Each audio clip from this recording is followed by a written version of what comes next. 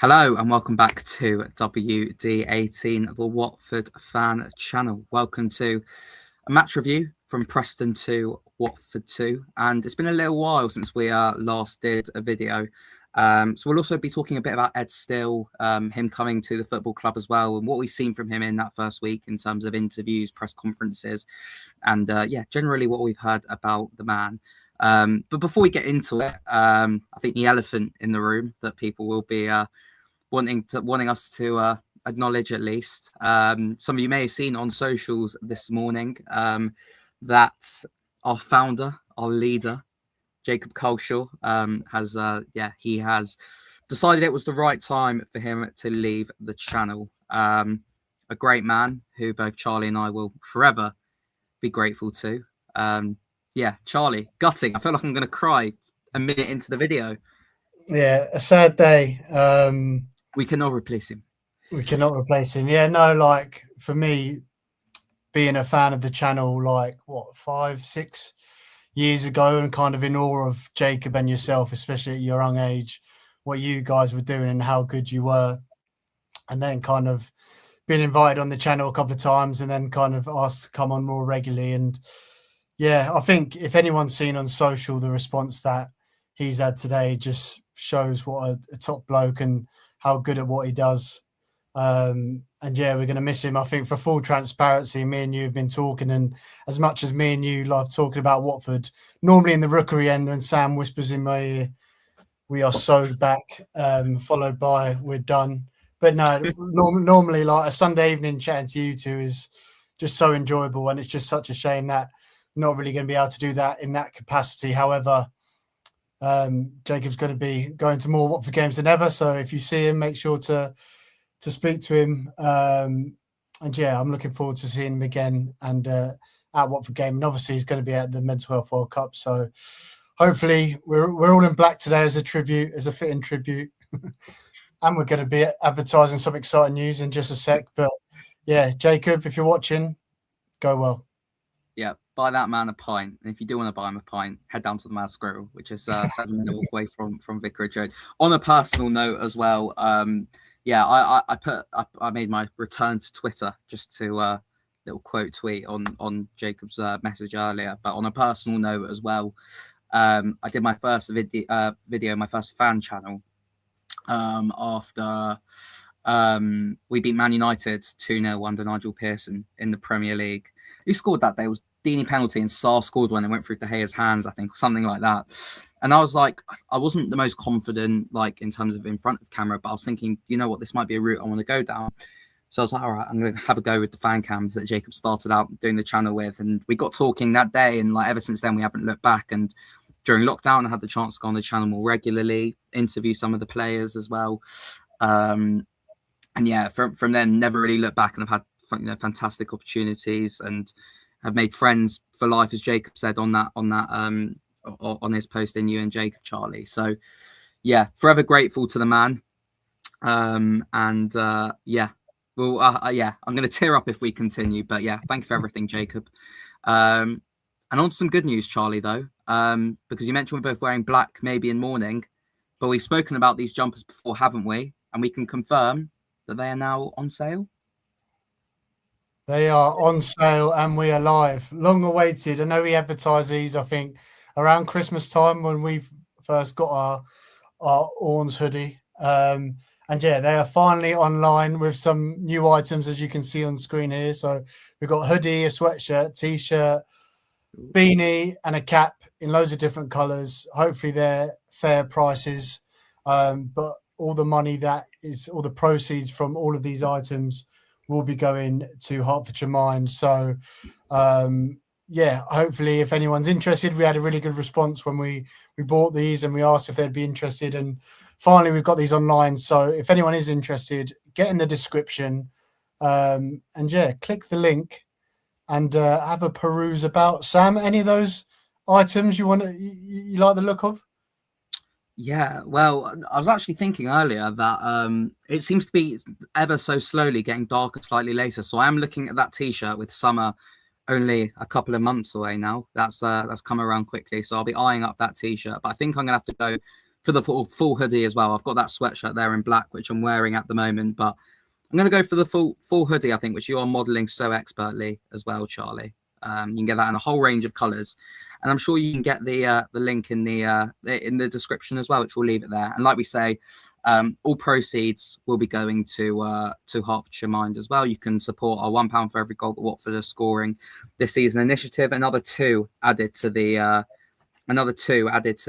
tally this week. I feel Quick a bit question, like Sam, before we start. Where do you want your statue, Jacob Coleshaw? Where would it be? Outside the Wenzels? Outside the Wenzels, that's a great shout.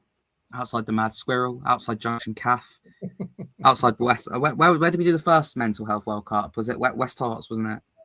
Yeah. Yeah, do it there. Or just put it in the centre circle. More than anything else. I feel a bit like, do you know that episode in the UK Office where David Brent goes, "You're still thinking about the bad news, aren't you?" I feel a bit like that. But yeah, we got Jacob in the chat here. So yeah, make sure to show some love to Jacob as well now. Anyway, let's move on to Saturday. Before we just go on to Saturday, though, we do have a comment here. Bayat already lining up Jacob's replacement. And Mogi Bayat was involved over the last week in an appointment at Watford with I was about to say Will Still. I'm sure a lot of people have made that mistake already, but Edward Still was made the Watford manager. We've heard a lot this week, Charlie. We've seen a lot this week. But when you found out the news, what was your reaction? WTF was my reaction. When was it? Like last Monday, the news broke, and I like to think I'm quite knowledgeable when it comes to football managers because of my previous job and just being across everything. But I knew Will Still had brothers, but I didn't know his brothers had head coach's experience. And when the news dropped, I was shocked. Probably one of the most surprised I've been at a Pozzo appointment, which is some going. And then after looking at his CV, you just think, how has he got this job? And obviously you can see with Charlotte and the links with Emoji Bayat, but I've got nothing against Ed, and like, to be honest, as the week's gone on, I really like the cut of his jib, and I think he speaks really well. And I think that second half about Preston, which we'll go into detail, was really good. But I just can't believe Gino Pozzo and his thought process of wanting to get promoted. Has the man ever heard of an interview in his life? I think I put in our group chat as a joke, Gino Pozzo's contact book, and it was like a tiny little book.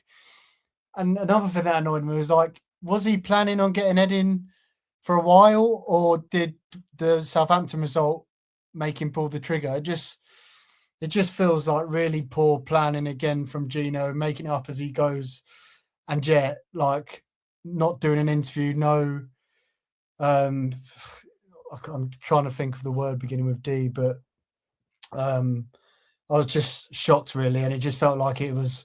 Got him in after the Southampton result. He spoke to Moggy, and obviously Ed's going to jump at the opportunity, and fair play to him. But yeah, just bereft a bit by our owner and his antics. What were your feelings? Yeah, I think very similar to what you've said, Charlie. In all honesty, the thing that's most baffling to me is, let's look back 6 to 8 months ago now when they sacked Tom Cleverley. Oh, that's Coventry 1-0 up here in the comments. That's an interesting shift for Watford's title chances this season.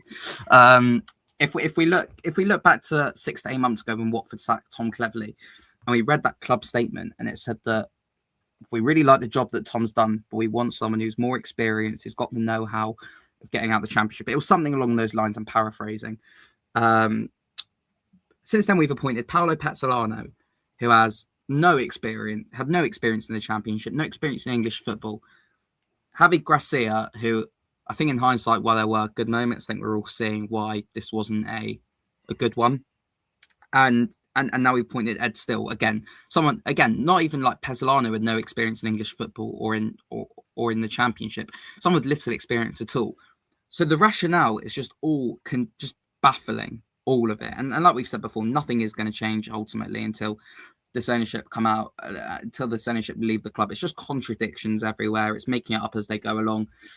I think I might have mentioned it on the video when Javi left, but I think they were actually quite surprised that he walked, and I think that they were quite thrown off by it. Normally, we've seen the appointments happen quite quickly afterwards. At least, you know, Roy Hodgson shaking hands with Ranieri on the way down. Exactly. God, that was an unbelievable story. If you don't remember that, it was when Ranieri got sacked. Apparently, he bumped into Roy Hodgson in the car park at the training ground or something, which is only Watford, insane. But normally, we do see these appointments happen quite quickly, but this time we didn't. So I think they were quite surprised that Javi Gracia walked. In terms of Ed Still, of course, I'm right behind him. I wish him all the best. He's obviously going to take that job, and it's for a first opportunity in English football. We've said before why Watford. I still think it is an attractive club because if you do well, it's wow. He's doing well at Watford. If not, I don't think it really damages your stock anymore because it's an impossible job, I think. And like you say, Charlie, I think he's conducted himself really well this week. The interview he did with from the Rookery End and the Watford Buzz podcast, you can hear that on both of their feeds. Definitely go and catch up on that. And he's done a lot. He's done a lot of press, hasn't he? I think he's doing press at our place today. So yeah, he's been doing a lot of talking, and he's done pretty well. Yeah, I mean, I think the At Your Place event with the club is tomorrow night. If you are going, or if you wish you were going, I'm intrigued. Let us know in the comments if you could ask Ed Still tomorrow night one question. What would you ask him? Get your comments in, and we'll just discuss them a bit. I think you're right though, Charlie. I have been impressed. I'm not sold. Of course, I'm not sold. It's been a week and a draw, and that's it. He was by far, and I think this is where we'll sort of segue onto the Preston game. Actually, by far the most animated Watford manager I've seen in a long time on that touchline, bouncing around, screaming, clapping his hands a lot, a bit out of the Liam Rossini textbook, I think. But he was so animated, and you could tell how already I think you can see that he is going to do things. I don't know about his way because it's too early and we haven't seen things go wrong yet necessarily, but I think his personality is definitely interesting, and I think it is a personality that we're seeing now emerge more in football. Out of that, I mentioned Liam Rossini's name a bit more there, and that bit more modern LinkedIn sort of manager. I don't know if that's the right term. Yeah, right term for him. I don't want to do him a disservice, but do you know what I mean there? Yeah. To be fair to him, he hasn't had any Liam Rossini-esque Brentisms as of yet. Before we get to the Preston game, I wanted to ask, because try and predict Ed Still's tenure at Watford. Like, do you think Gino said to him, "You're coming into the end of the season," or we've heard a lot about him developing players? Like predict what you think Ed Still's going to do at Watford. My gut is Good Friday, Easter Monday. He'll be gone before that. No. I'm being. You're laughing, Charlie. I'm deadly serious. I think we'll get another manager in for what, the last 6 games. Yeah, I still think we're going to be in touching distance of the playoffs, but we'll see something like performances haven't been good enough, and they'll roll the dice one more time or something like that. I don't think he'll last the season. Do you we'll go on. How long was the contract? 2 years or something? 2.5 years. 2.5 years. Yeah, he won't last that, will he?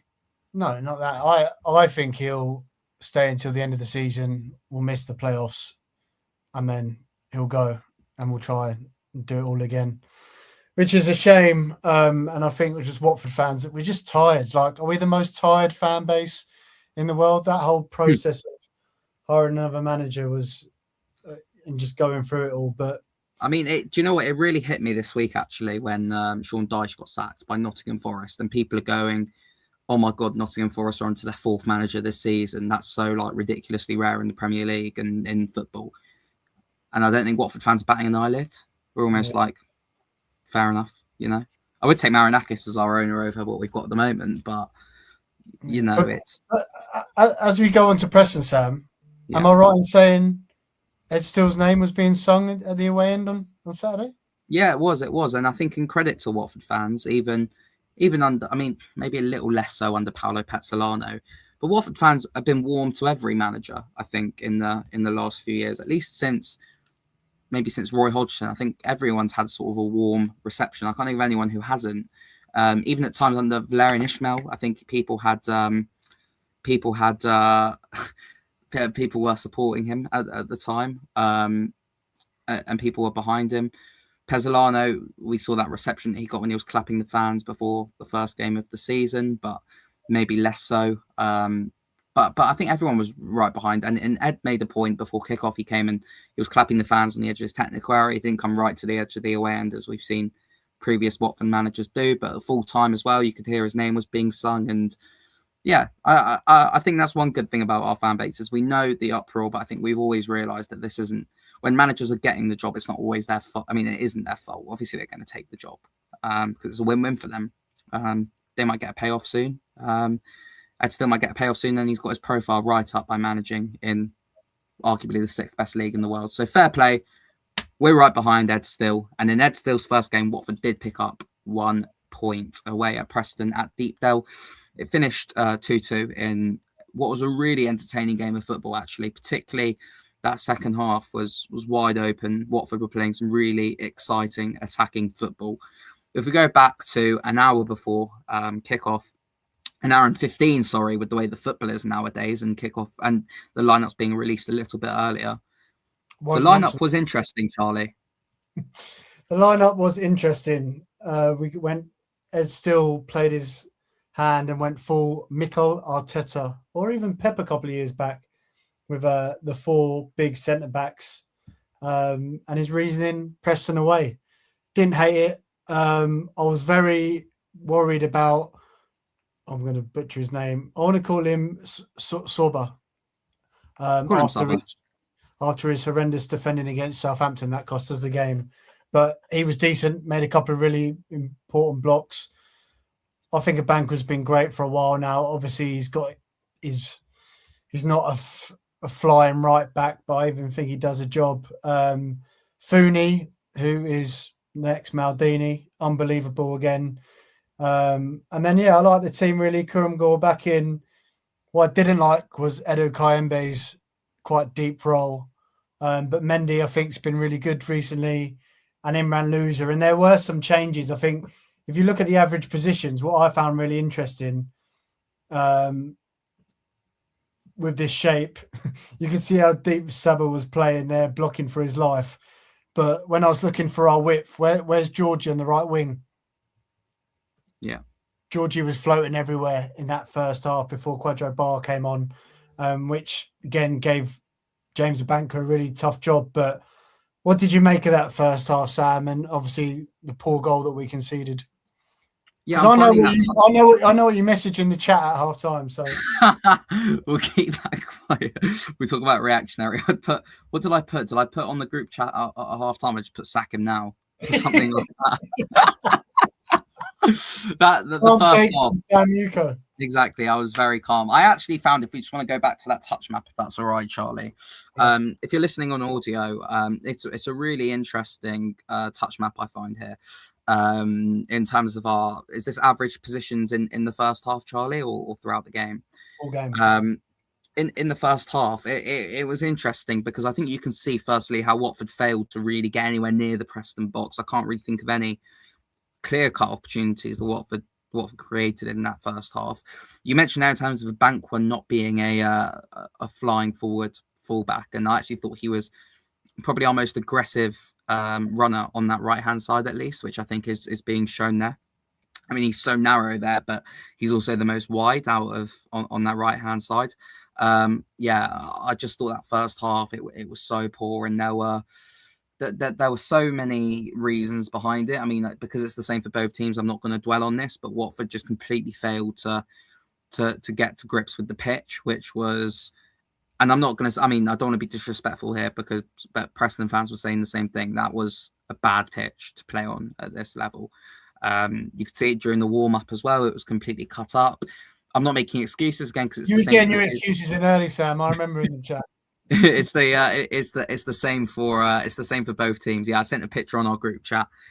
Must have been about 10 minutes before kickoff going, oh my God. And the same as Preston. Preston were just physically better than Watford, I thought, and looked like that we wanted it more. And that for me was just so disappointing, particularly again because of what we heard in terms of the cliches from Ed Still this week in terms of wanting to be an aggressive team, front-footed team. that just wasn't what we saw at all. And the Watford team went off to boos at half time because, yeah, there were boos in that away, and not overly loud, but definitely boos there. And I think just Harry outside, Welch? yeah, I See, think when Jacob goes, all hell breaks loose in the order of this video. Sorry. Exactly. No, I think yeah, in terms of standouts in that first half, I think it's pronounced Goglichetsi. I'm going to go with that for the centre half. I think he made some impressive blocks, some impressive tackles. Fooney as well was really positive as well. And like I said, James Abankwah. Outside of that, I was really disappointed all round with that first half, particularly Georgie Shaptadze. I don't know what his situation is, but he looked to have picked up a little ankle injury. So I wonder if he not only came off tactically, but also because just to protect him a bit. I thought Georgie was really poor in that first half. I thought Luz was poor in that first half as well. But yeah, and Watford went down 1-0, deserved a goal from Lewis Dobbin. Charlie, it was a weak and soft goal to concede, wasn't it? Yeah. Head in his hands if you're listening on audio, by the way. Charlie's. Yeah, I don't want to give it too much analysis. You mentioned Loser in that first half. I think he started off really, really high, and Kayembe was a sitter, and I think Kayembe was quite deep throughout the game, which was pretty tough to watch. And Loser got done with a quick throw in, and yeah, like our defenders were just asleep for a second. Easy ball put in, and I think Dobbin just got in between Saba and Pollock.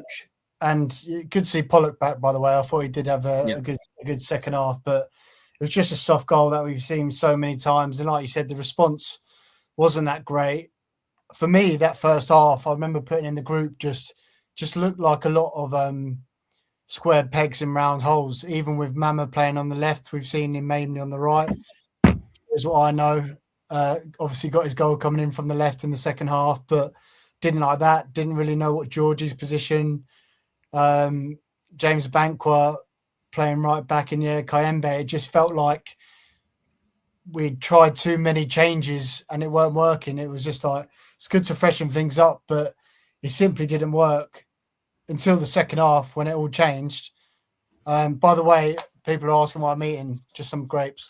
Getting more bad etiquette now. Cultural has gone. It's chaos. But what changed in the second half, Sam? Or was it just one man? I was going to say, Charlie, I mean, we've still got 3 months of the season left. But would you say we're on the beach already? Just us two? When we lose to Derby, we'll be on the beach fully. Yeah, season over if we lose to Derby.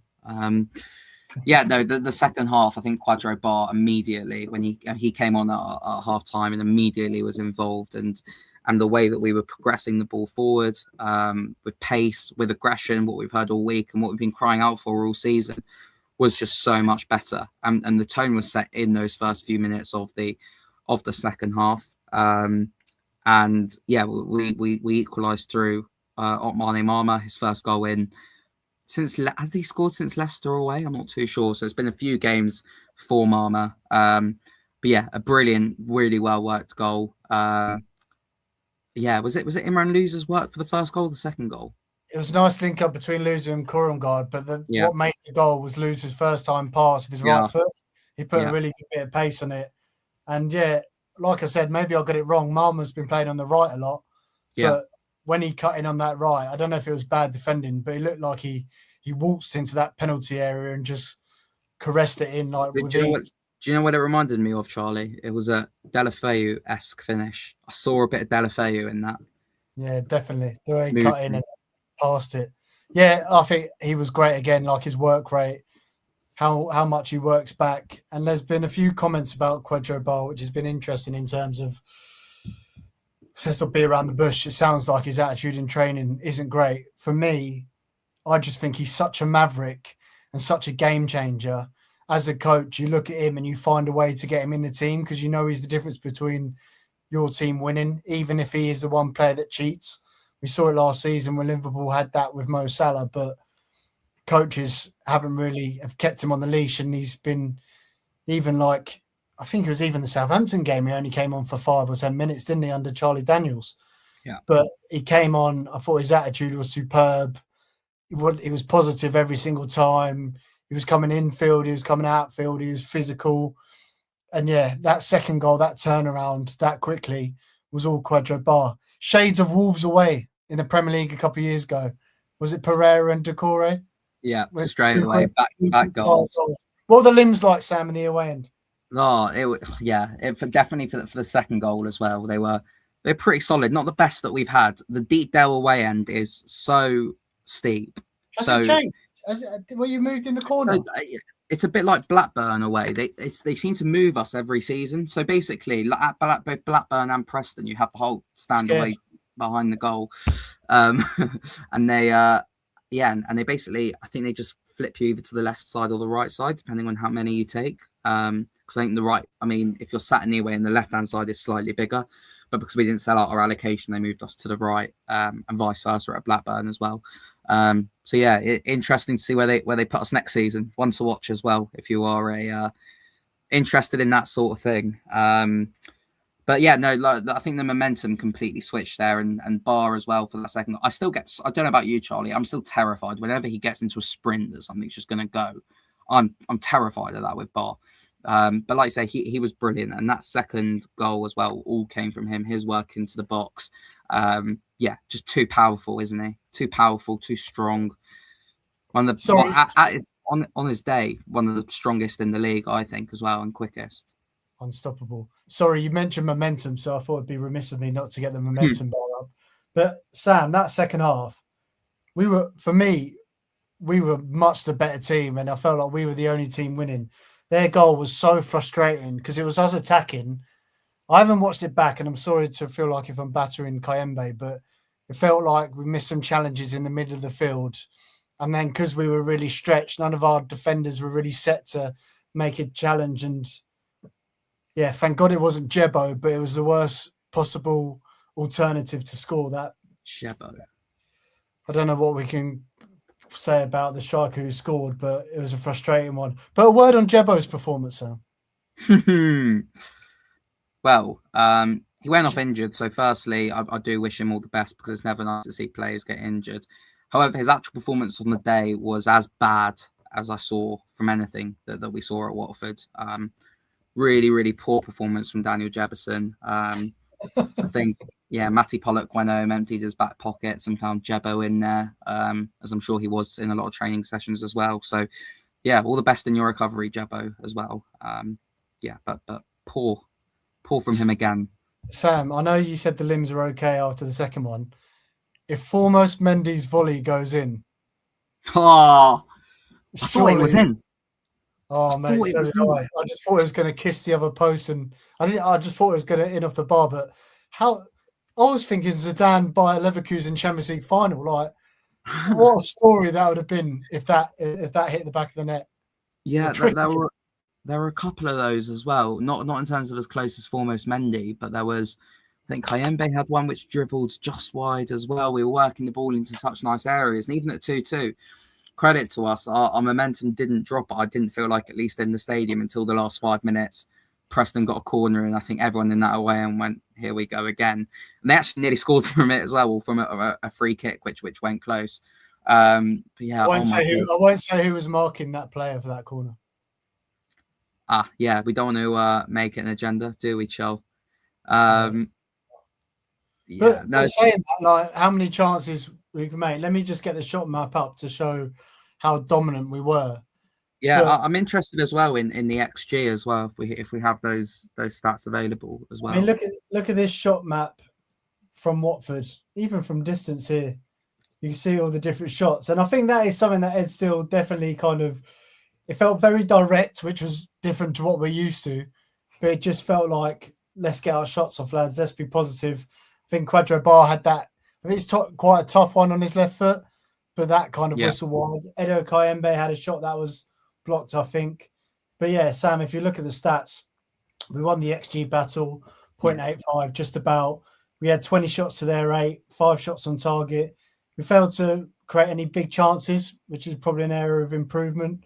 But yeah, it was clear we were much the better team in terms of shots. And even duels, Sam, like 65 duels to their 60. Ground duels were the same, aerial duels. And again, that aerial duels at Preston away is something that Ed mentioned with the 4 centre-backs. and yeah, our dribblings was superb. So, well, after 5 minutes or 10 minutes, when your heart slowed down, what was your overall feeling about the point? I hate saying the term in football, you deserve to win games, because I don't think you deserve anything in football, even if we're winning the XG battle, which I think is always a really positive sign. I don't think you deserve anything in football if you don't take your opportunities. However, I did come away from that feeling that Watford did on another day get those 3 points. And we do put one of those chances away. Foremost Mendy's volley rolls over the line somehow. So I thought for a first game for Ed Still, it was definitely really, really positive. Unfortunately, and this is where now it feels like, again, we've wasted, what is it, 3/4 of a season, because at this stage we can't be turning around from games with only 1 point going, we played well, positive signs, because we're going to run out of games ultimately, and we need to be winning games and getting points on the board if we are going to get playoffs. So a bittersweet one in the end, I think. It just feels, again, just like, even though it was positive, we're still winless in A. We haven't won since that Birmingham game on New Year's Day, that Tom Ince hat-trick, which is nearly 2 months ago, which is like ridiculous. Last time I was at the Vic, we haven't won since my hip. Wow. Bring back the hip. That's what I'd say, Charlie, if there's a way of getting hold of it. Get back down to WD18. I think the biggest positive, Sam, of the day has to go for Eduardo Bove coming on. Yeah. And tell me about the reception he got as well. I love that chant that we've already got for him, but what a moment for him. Yeah, brilliant moment as well. And I saw a really good video as well, doing the rounds on socials as well, of him and his family at full time, him looking really emotional. I think there's a video of him and Ned still having an emotional moment at full time as well. Yeah, in terms of, it's a fantastic moment. I don't think he would have thought that at times he would have made his return to professional football. And I'm sure he's going to be a fantastic player. Might need a few games to get into it, but I think it was something bigger than that, than his performance or the result the other day. I was just dreaming, just like, please fall to him in the box. Can you imagine? I did think that. I was thinking, like, surely this is written now, like the Eduardo Bove winner. Yeah, I mean, yeah, it seems as well. I mean, I'm actually a bit surprised at how quickly he has come into the team. I think, at least hope in terms of betting him in, we're not seeing him start games too quickly. But he's a player who we could really, really do with. And regardless of what league we're in next season, and depending on how he does, it might be next season that we see the best of Eduardo Bove. So yeah, I think that was definitely the highlight of the afternoon, or definitely a highlight. Charlie, I'll ask the same question to you.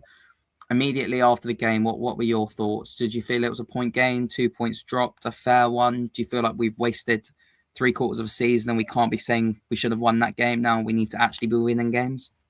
No, I was pretty positive, actually. I don't think I'd be positive if we had a really good first half and then the second half was like the first half if we swapped them round. I just thought we were pretty enterprising and exciting, and our attitude in that second half was great and something to build on. And got to remember that Preston are above us, and they would look like they were on the ropes at points. So I bet if you speak to many Preston fans, they were thinking we were lucky to get a result today. So, and like you said, off the back of all the defeats that we've had, and to be honest, even under kind of Charlie Daniels, we had that 0-0 draw against Hull. They're above us. Imran Lose and Mr. Sitter. Southampton, there was nothing really to pick between the two teams. It was just a set-piece goal. So I don't think our performances have been horrible, but we haven't had the results. And Sam, I know like everyone's mentioning draws aren't good enough, but in my mind, I don't see us as a promotion or as a playoff team. Like, we're gonna have to win. How many games we've got left? 14. We're gonna have to win 7 of them, 8 of them. And I don't think I've ever thought we're a playoff team at any point. Maybe after that Birmingham game when we won 4 in a row, but I just don't think the team got it. I think then these next few games, I'll try and get the fixtures up in a bit, but I'm sure they're all teams above us, and they're the games that you need to win to claw back. But I don't know how you feel about our playoff hopes.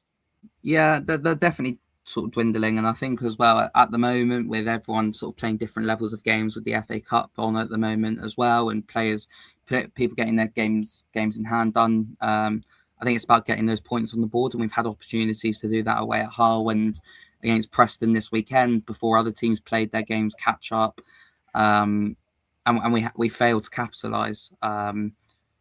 I don't think we're ready to go up. I mean, I don't think we'd have fallen. The wheels would have come off as much as this, as much as I thought it would be, particularly after that Birmingham game. So it's disappointing, but I think you're right. If we are going to go up now with 14 games left, we're going to have to win 7, 8, 9 games between now and the end of the season. I just can't see this Watford team under a new manager putting that type of form together. I mean, if I'm throwing another question to you, Charlie, actually, do you think people would be more negative? Because I do think the overall perception of that was it was positive, a good point on the road. Do you think if that was under Javi Gracia, the feeling would be different? The thing is, I just can't imagine that game ever being under Javi Gracia, because the way we played is not something that we expect from a Javi team. I think if off the back of the results that we've had, and we had all those under Javi, the mood would be really bad. People would probably be asking him to be sacked. I know we had a good run under Javi, and he did bring some stability and some consistency with the lineup. But I remember when we spoke at Junction Khaw, I think after the Stoke win, we won 1-0 against Stoke, and I was like, I don't think Javi's going to last. It's just the style of play was just not conducive for our players, fans liking it. So yeah, it just feels like this is another roll of the dice with Ed Still. Let's see what we get to at the end of the season. But I'm looking at our fixtures now. I'll try and get them up. Obviously, Derby at home, Ipswich at home, Bristol City away, Wrexham at home, which I think is getting rearranged because they're in the FA Cup. Right. Yeah. Sheffield Wednesday away. I'm still rattled about that Sheffield Wednesday home result. Stoke away, which I'm trying to make my first game back. Leicester City at home, then QPR away. That's the Easter. So again, games against Derby, Ipswich, Wrexham. If we can get 7 or 9 points out of them, that should put us in a good position. Sam, who do you want to see start against Derby? I mean, yeah.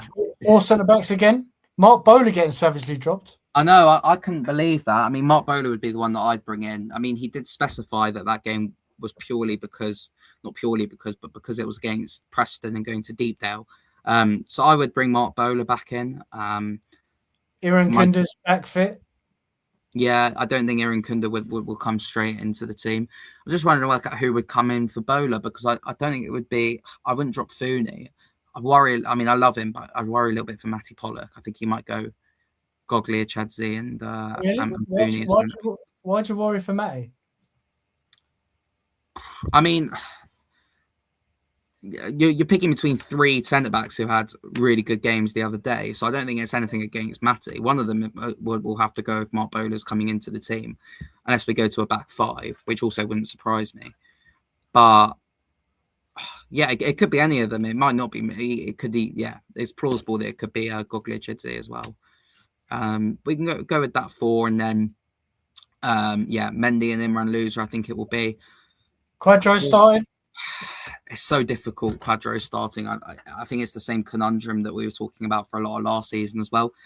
Is he a better player to have as an impact sub off the bench, running against tired legs, hopefully running in front of the Rookery, in front of the 1881 in the second half? I'd probably keep Barr on the bench and roll the dice in the second half with him.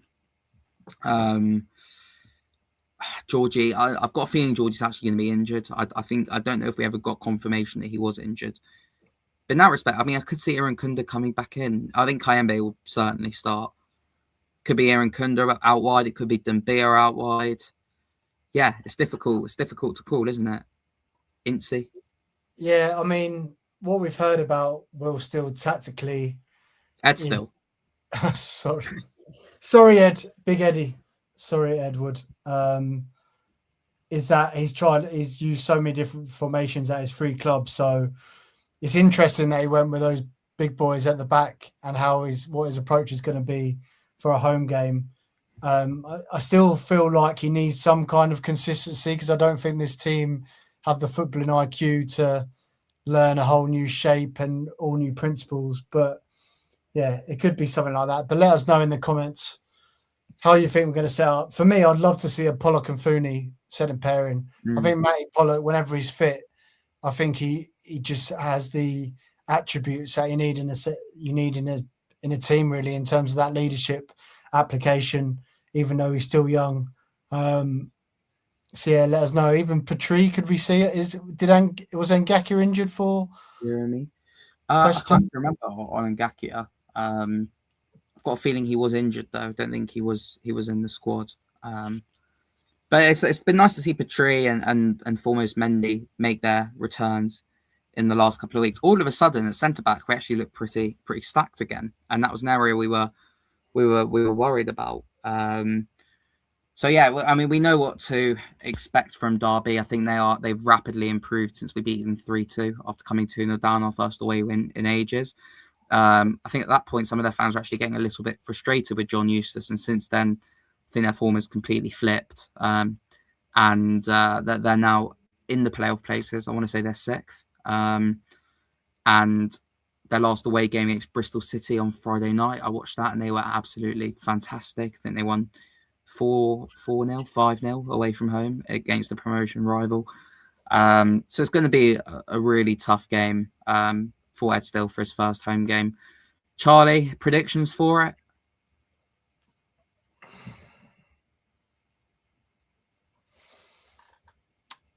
Watford 2, Derby County 1. Wow. Eddie Stills, the Ginger Guardiola, is going to get a ground-breaking first victory as Watford head coach. Sam? I thought you were about to go for the 3-3, but I think Eustace has recently, at least with Derby, I think they're a compact side. They won't be as open as Preston were. I'm going to go with Watford 0, Derby County 1. Yeah, I think it'll be that. I like that.